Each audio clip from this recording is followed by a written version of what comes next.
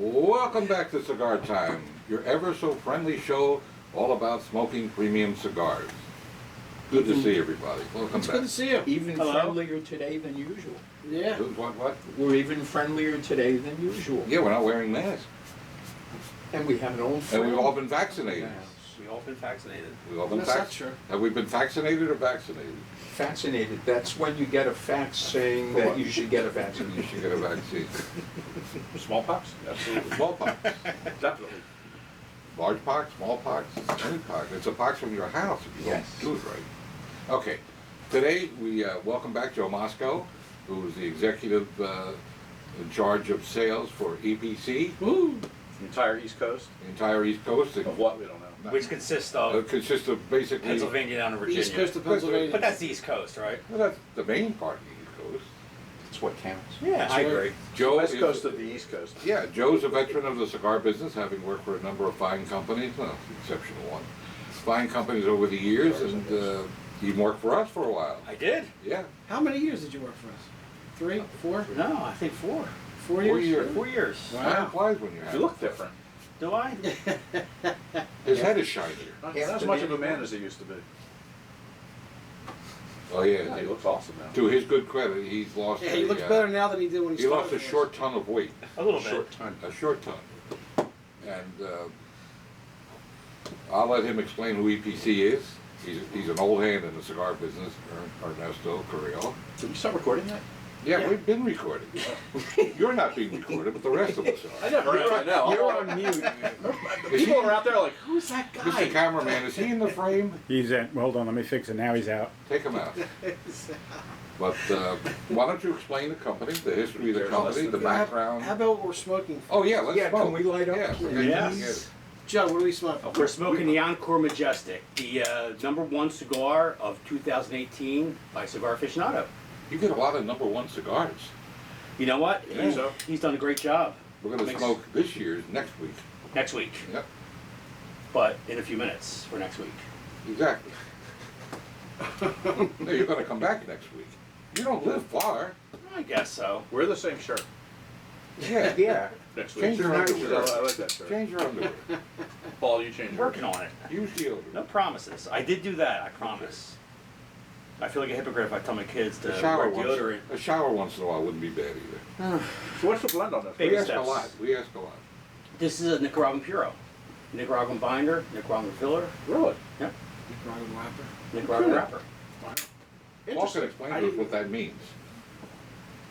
It means And all only the tobacco that's used in this cigar comes from Nicaragua. How many just said years that. did you go to school to learn that? Many.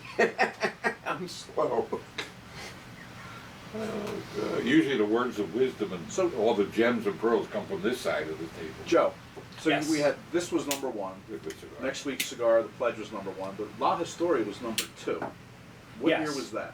That was 2014. It was 2014. And that was actually, you know, when you look at the whole thing, the Perez Creo series, which consists of the La Historia, Right. the Encore, and now the Pledge, all That's- got 2 #1s and a #2. That That's has to be. amazing. And did Yeah. they, was the #1 cigar that year a Cuban cigar? The I year believe that- so. Then it doesn't count as #1. Yeah. That's actually quite a feat. It I- is. That's That that's may be a amazing. one-of-a-kind feat. And plus, It I, is. Sure. plus Well, I it think absolutely is. I think you need to realize too, in a few of the years, especially this past year, he makes cigars for other companies that were in the top 25. That's true. I mean, this year alone, I mean, we got the Pledge, you know, and then, you know, he makes 2 other cigars that he makes for other people. So, you know, and then you go back. I mean, he's a Hall of Famer, been in the business for Oh, 50 yeah. years. Yeah, La Gloria Cabana. Does Gregorio Cabano. And then, you know, so much stuff behind the scenes that, you know, people just don't know about him. You know, he's a very humble, quiet man, but he does so much. He knows tobacco, and, you know, he's really at home being in that factory, you know, blending different cigars, you know, being around tobacco and stuff like that. So we just look at his story as a whole. You know, EPC, you know, after he sold Gregorio Cabano, you know, he started EPC with his daughter, Lisette, and Ernie, and in that 10-year span, Yeah, amazing. he's had 5 of his own cigars on that top 25 list. It's been 10 years. It's been almost 11 now. Yeah. Really? Wow. Yeah, it's over 11 years that he's done it. You know, Kidding. I remember So, him playing the drums. There is a reason that people call him the father of boutique cigars. Yes. Yeah. He's Well, been at it a long time, and he's got an incredible talent for doing it. And he's been a mover and a shaker in the industry forever. Wasn't the Wavell the original, like, Yeah, that was the big Boutique. cigar back in the 90s, Yeah. yeah. so I remember being on these, back on these cigar chat rooms and stuff, back when Yeah, I was a got bigger cigar started, nerd. yeah. But I was like, everybody's like, oh, you gotta get this LGC. I'm like, what the heck is this Wavell, thing? yeah. Then I was, actually went to the factory that's down in Miami, I guess Calahocho. And, Cayenne. With Shut- his wife, Who's talking to ran- you? His wife ran the store. and I was just fascinated by the fact that there was just this basket of cigars. Yeah. And El Credito was the factory, that's right. El Credito. El Credito, yeah. I'm sorry, did I pronounce that right, Paul? Yes, you did. And they made a Unless value you for wanna many call it years. They made, Alfredo. they, Credito. El Credito. they made That's what a it's spelled. value line of cigars at El Credito. Yeah, Yeah. but it blew my mind at that time that this cigar could have been 10 minutes ago on that person's rolling table. Just, Another thing I that I remember think it fascinating me. Yeah. Ernie is not necessarily well known about, he's a fantastic driver in the Dominican Republic. That's an achievement. I can attest to Trust that. me when I tell you. Got a great haircut too. I like his haircut. Oh, God. You know what, going back to that, I really like talking about, you know, the fact on, you know, in his short pen with his, you know, you look at his overall history, but just in 11 years on what he's accomplished, you know. You know, the Presco series is the only one that's got 3 cigars that are a number 1 and number 2, and also the prequel was the highest rated number Cigar. 1 cigar Ever. Yeah, higher than Eddie Cuba. Yeah. What was That's that, 98, next right? week's show. 98, yeah. But tune in We'll next talk week. about Next that week. EPCguitars.com. So, I mean, it's really it's a fascinating story to sit here and, you know, when I get a chance to talk to him, you know, and I've been fortunate enough to be around a lot of great cigar makers when, you know, you sit there and you listen to them, but, you know, listening to Ernesto talk about, you know, He loves to talk about it. you know, he's just rolled out La Astoria and he's got Encore in the back of his head, you know, on what he wants to do, and he's buying tobacco, and the same, you know, the same when you look at Pledge and stuff like that, they're always thinking, you know, he's around the back on what they can do, so it's always fascinating to me. The man has a nose for good tobacco. This When you is really think about it, he has a nose. You know, a lot of people think they can tell what's good and what's not and blend it and somehow be consistent about it. He knows how to do it. Yeah. He really knows how to do it. His cigars, year after year, you smoke the same model, it's going to taste the same. You know, the whole Godfather comment comes full circle because Godfather won 2 Oscars and came in second on another. Yeah. And at he's that. known as the Godfather of boutiques. It's all full circle. Oh my God, everything comes back to the Godfather. Sooner or later. And Kevin Bacon. I guess you're right. Kevin Bacon. As it should. All right, so I think we That should go makes me on. want a cannoli. I think we should go around the table and get our first impression. Paul, you want to start out? Well, the initial, I'm about an inch in, and my initial impression is creamy with very light spice and super smooth. So far. Scott? I completely agree. I mean, I Oh get my the, God. the absolute creaminess, and there's an underlying sweetness that I haven't Uh-huh. identified yet, but it's just an overall, it's rich. That's the word I'm looking for, and I am getting a tiny bit of that spice. Just a hair. So Just a far, hint. I mean, I'm a half inch in. So far, it's perfect. Well, you're smoking slow. Yeah. I smoked the way you're supposed to. We only have a You half smoke hour the way to do it. you're supposed to. If I'll do the show, not smoke the cigar. That's true too. Rob? I'm getting through the retrohale. I'm getting a cedar taste. It is very creamy, like you guys are saying, but through the retrohale, I'm getting like a woody, cedary taste. So. I tend to side with you. I'm getting that same kind of taste, smooth, very smooth cigar. What do these retail for? Joe, The Encore Majestic retails for $10.75. thank you. That's actually not, in this day and age. I know it's not that outlandish, especially for a #1 cigar. Yeah. Yep. Yeah. I can't believe that the cream on this though. It's Yeah, a just lot of so cream. smooth and Yeah. it's coating my Yeah. entire Yeah, palate. exactly. Ernesto sits there and says, you know, I love when he says it, you know, he calls it an elegant. It just is very elegant, creamy, very complex. Like nothing, you know, the spice is just right, just to kind of It's not overpowering. No. pick up your senses a little bit like that, but you really pay attention to the creaminess and the smoothness of the I think cigar. I think it's silky. That's a good word. I think Yep. it's silky. Way of putting it, yeah. Yeah. Like I said, I think Rob hit it on the head. It's just, you know, on that retrohale, it's just Yeah. you get that woody cedary, that smoothness. It's just a overall enjoyable cigar. Oh, yeah. Any time of the day. Paul, I've been meaning to ask this question of you, but the pandemic kind of screwed us up for over a year. You have the three main cigar growing and manufacturing areas, Honduras, Dominican, and Nicaragua. In your experience, and I know you have, especially in Nicaragua, a lot of experience. Like, did they name a town or a lake or something after you? A small. Or was it a jail in a small town? No, It was the jail they in the didn't small put town. we didn't put a jail in a small town, otherwise I would have been in it. So, but yes, they named a small town. That is true.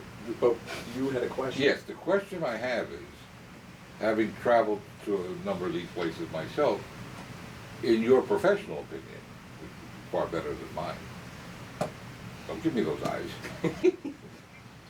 What is the main difference between all three countries in the way they cultivate, grow, plant? You know, because I know there's different techniques in different countries. Can I add one thing to that? Nicaragua and Honduras are. I think you have to include Ecuador in that. Well, If you're I talking about was growing, going to get Yeah, there. all right. Manufacturing, you're right on those Yeah, three. but yeah, all right, growing pro tobacco, Ecuador. I don't know how you can ignore that. Then, well, there's other countries too then, but they're the main ones. Yeah. They're the main ones. All right, pro Ecuador. But you almost can't make a cigar these days. Well, you can if you're Mosko, but you almost can't make a cigar without a wrapper from Ecuador. Yeah, no, that's true. Whether it's a Ecuador Connecticut Connecticut or, Sumatra. or Sumatra or a Habano. I mean, there's. Good point. They call it the wrapper country. Point taken, I agree. Nicaragua and Honduras, in terms of cultivating techniques and harvesting techniques, are almost the same, except some of the bigger guys in Nicaragua are a little more technologically advanced. Is that like because the Nick. countries are so connected? Yeah, well, the border is very porous, except that there's always a traffic jam, trucks going back and Yeah. forth. But yeah, and the main growing regions of both countries are on opposite sides of the same river. Yeah, So they're closer than other parts of each country. Dominican Republic is very different in that they do fewer crops per year. They don't grow much wrapper except the Fuente stuff Yes. for the Opus X. Technique-wise, they're all very similar. It's been the same for 500 years, I know. except for a few technological advances, like Nick does. yeah. Is there one that always is more? I know, like, you know, sometime in maybe the late 2000s, Dominican Republic was the main importer, Yes. and then Nicaragua kind of has. Nicaragua has virtually supplanted the Dominican Republic as a producer or exporter of cigars to the United States. What? It was that way 50 years ago. Nicaragua was ahead. And Dominican About- Republic was sort Nobody. of a blip. Yeah, and they were about ready to take over from Cuba as the leading producer and quality producer of cigars before the first Sandinista revolution. When? Well, Again. just a point of context. It wasn't just the first Sandinista conflict. It was also that Castro and whoever was in charge in Nicaragua in the middle of that conflict made a deal where Nicaragua was going to convert to almost all cigarette tobacco production. And Cuba sent a bunch of seeds for cigar tobacco over that were diseased. Oh, wow. And there's a lot of belief that that was done on purpose to make sure that Because, Nicaragua could not effectively compete in the cigar arena Hmm. with Cuba. But some of those cigars that came out of Nicaragua, I remember very well, in the late 60s, early 70s, were pretty high quality cigars. Very much so. Yeah. Yeah, that was then, this is now. The world changes. It does, but yet cigars are pretty much, like you said, they're made the same way they were 500 years ago, with the exception of some of the more modern devices and things like that. Yeah, like Nick. Yeah, Stuff Yeah, that but it's does. still all even those devices are operated by hand. Yeah. Yeah. Other than the stripper. Most Oh no, wait a minute. most Wait a people minute. don't use a mechanical stripper. That's a rarity.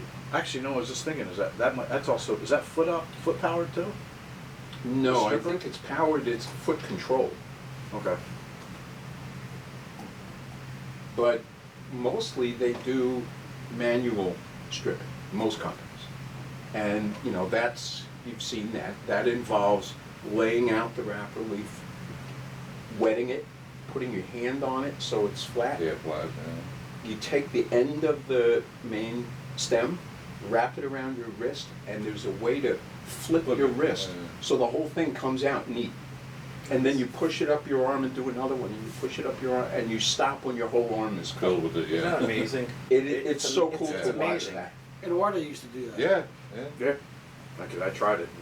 I Yeah. miss- Okay, there goes Yeah, that leaf. yeah, right. I miss having rollers in our stores. It's just, that was a real treat. And people would bring their kids in. Of course, you can't do any of that now, but you know, it's a shame. I mean, There's a lot of those kids who came in with their parents. I know adults. Are now adults coming in smoking Yeah, cigars. That's a good point.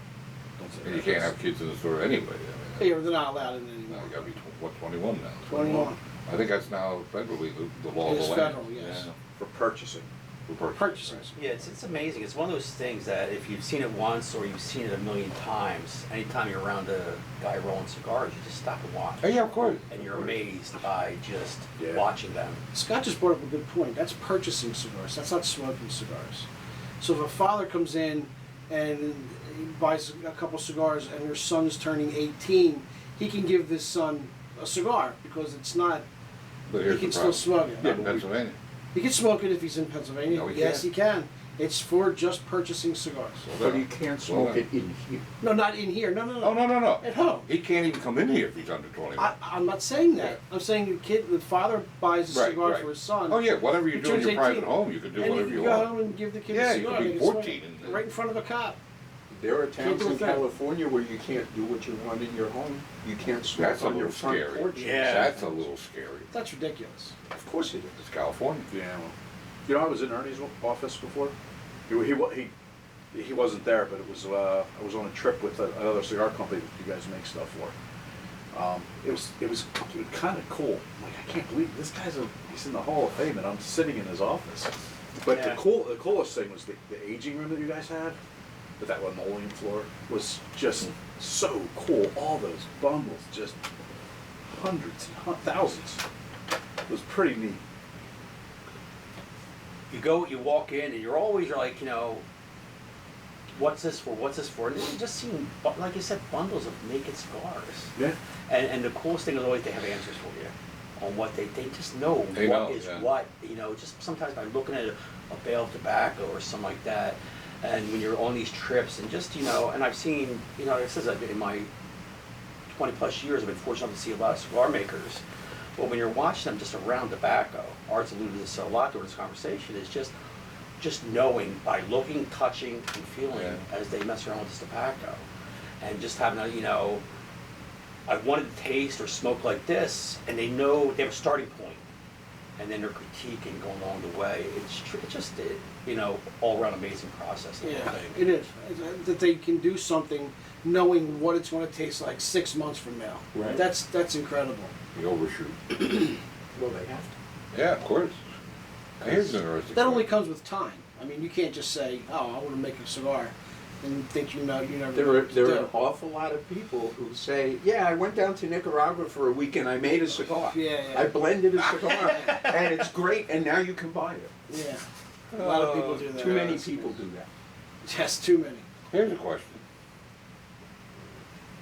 When you have as many cigars as Ernie's had in the top 10, ones, twos, whatever, what's he got planned for next year? I know it's probably hitting you cold, but That's came out of left field. I we're good for a left field question.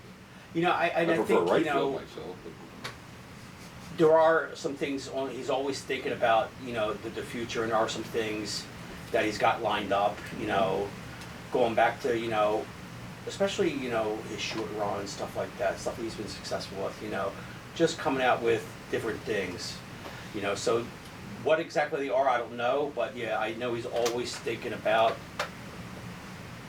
what the future holds. He's always a couple years ahead. Like, you know, going back, it is my favorite story that he developed Encore right after Lost Story came out. So these guys kind of know where they're going to go or what they want to see. Yeah, I would guess that he's probably thinking about blends about 5 years out. That's why I helped five. Oh, I didn't. That's why I thought you were telling me to shut up. No, because that makes sense. You have to, because of the development of the crops, the aging and everything. Right. You need at least 5 years, sometimes too long. Out of curiosity, what's the blend on the pledge? I don't remember. Is that a Nicaraguan Carol also? No, that's a Connecticut Havana seed wrapper, Ecuadorian binder, and Nicaraguan filler. Now how about La Historia? That's the San Andreas Mexican, Ecuadorian Sumatra, and then the filler's Nicaraguan.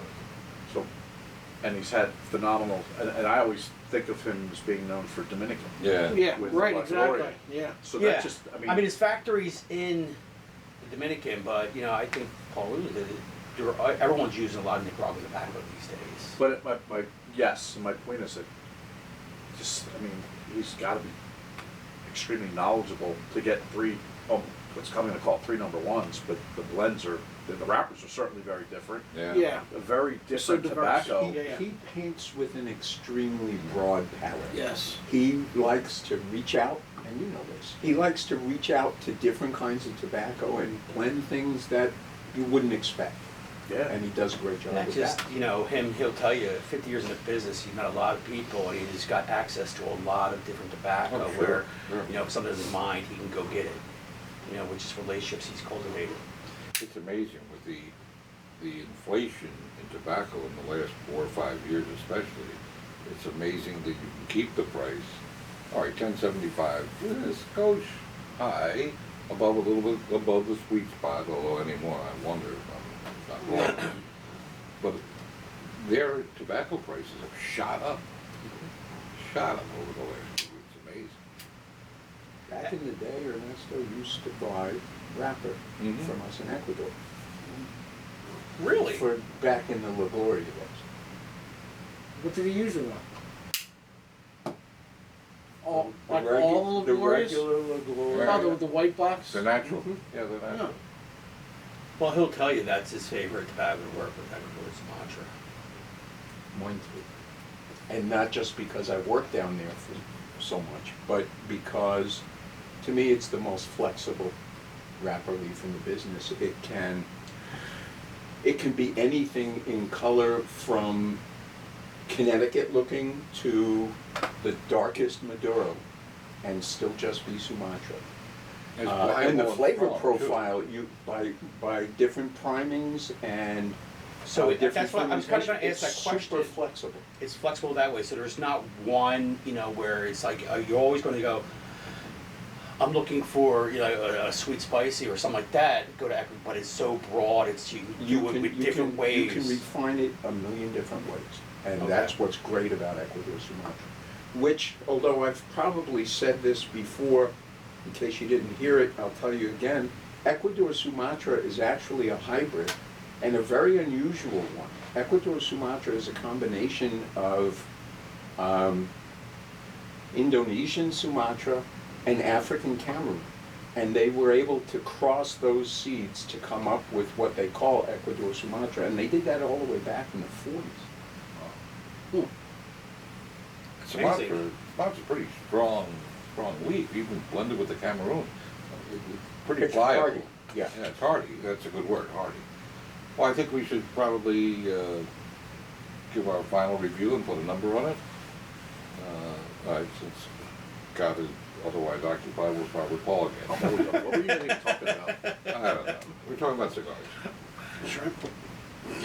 What I have found is All the we same know about group Brim. of flavors stay there, but they modulate Mhm. differently as you go. So for a while, the pepper a little bit came up, then the cream, then the cedar, and then it sort of started back all over again, and they just keep shifting. Mhm. It's a great trio of flavors, to me. Perfect. Modulate and trio, he just really. He throws those Yeah. words out there. I mean, I'm it's like, amazing. I'm impressed. I studied this man. I gotta give it a number? Yep. Out of 10. Out of 10. 9.5. I love this Okay, cigar. that's very nice. That's a nice review. Are you with us again? Okay. Life's too You're short not- to smoke cheap cigars. It's not. Well, No, get we're- it in We're there. not there yet. I'm on. No, we're not there yet either. Cigars, you said. You're supposed to talk about it, rate it, and put a number on it. A number between 1 and 10. One of the things I'm noticing is, I guess it's maybe the unagi part of my palate, but it's very savory. It still has that sweetness. It seems to me it got a little spicier. I wanted to say, at first I wanted to say almost acidic, but I changed my mind because it's actually making my mouth water, as opposed to sometimes you get cigars that dry your palate or dry your mouth Yeah. out and you have to drink. Yeah. This is the complete opposite. I'm almost. Yeah. That's why I went to the savory part of my palate because it's almost salivating. Without, first of all, I agree with you totally, but also, without, go ahead. Thanks. That's good. That was about 30 seconds. We need Yeah, That was that. very perceptive. I'm gonna give this a 9.25. Ah, Really? well, he's being contrary. No, you gotta. What's the best cigar you've ever He's had? being objective. How is it evaluated to that?